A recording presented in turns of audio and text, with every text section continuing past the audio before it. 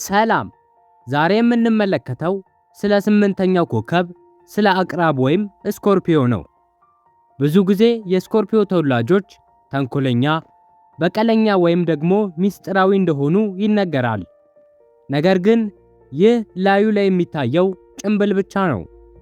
ዛሬ በስኮርፒዮ ተወላጆች ነፍስ ውስጥ የታመቀውን የመለኮታዊ ዳግም ልደትና የመረዳት ታላቅ መንፈሳዊ ስጦታ እንመለከታለን።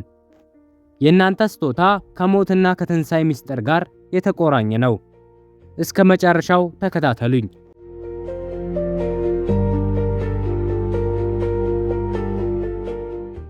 ስኮርፒዮ የውሃ ኮከብ እንደመሆኑ መጠን መንፈሳዊ ስጦታው መለኮታዊ ትራንስፎርሜሽን ነው። እናንተ እንደ ንስር ከአመድ ላይ መነሳት፣ መጥፎን ነገር ወደ መልካም የመለወጥና ጨለማን የማሸነፍ ልዩ ኃይል አላችሁ። ስኮርፒዮች በነፍሳቸው ውስጥ የጥልቀት ኃይል አላችሁ። ይህ ማለት የሰዎችን ድብቅ ሐሳብ የማንበብ ምስጢራትን የማውጣትና ከቁሳዊው ዓለም በስተጀርባ ያለውን መንፈሳዊ እውነታ የመረዳት ልዩ ችሎታ ነው። የእናንተ መንፈሳዊ ስጦታ የሚገለጸው በነፍስን በመፈወስ በኩል ነው።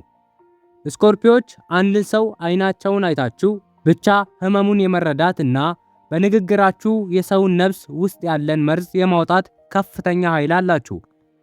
ስጦታችሁ አልኬሚስት ይባላል። እናንተ በሕይወታችሁ ውስጥ የሚገጥሟችሁን ትልልቅ ስቃዮች ወደ ትልቅ ጥበብ የመለወጥ ችሎታ አላችሁ። አንዳንዴ የእናንተ መኖር ብቻ ለሰዎች የጥንካሬ ምንጭ ይሆናል። ይህ ኃይላችሁ እንዲነቃቃ የድሮ ቁስልንና ቂምን መልቀቅ መለማመድ አለባችሁ። ይቅርታ ስታደርጉ የውስጥ ኃይላችሁ በከፍተኛ ሁኔታ ይጨምራል። ማሰላሰልና ሚስጥራዊ ጥበቦችን መማር ውስጣዊ ኃይላችሁን ያድሰዋል።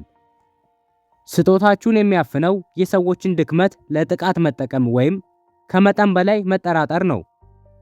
ነገር ግን ኃይላችሁን ሰዎችን ለመረዳት ስትጠቀሙበት መለኮታዊው ብርሃን በውስጣችሁ ይበራል። ደማቅ ቀይና ጥቁር ቀለሞችን መጠቀም ለእናንተ ጥልቅ ኃይልን ይሰጣል። የስኮርፒዮ ተወላጆች እናንተ የጥልቁ ምስጢር ጠባቂዎችና የነፍስ ጀግኖች ናችሁ። በውስጣችሁ ያለውን የመለወጥና የመረዳት ኃይል ተረዱት።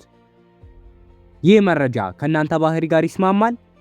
የሰዎችን ድብቅ ሐሳብ ቀድሞ የመረዳት ስሜት አላችሁ? ኮሜንት ላይ አጋሩኝ። በሚቀጥለው ቪዲዮ ስለ ቀውስ ወይም ሳጂታሪየስ ድብቅ ስጦታ እናያለን። ቪዲዮን ላይክ፣ ቻናሉን ደግሞ ሰብስክራይብ በማድረግ ቤተሰብ ይሁኑ።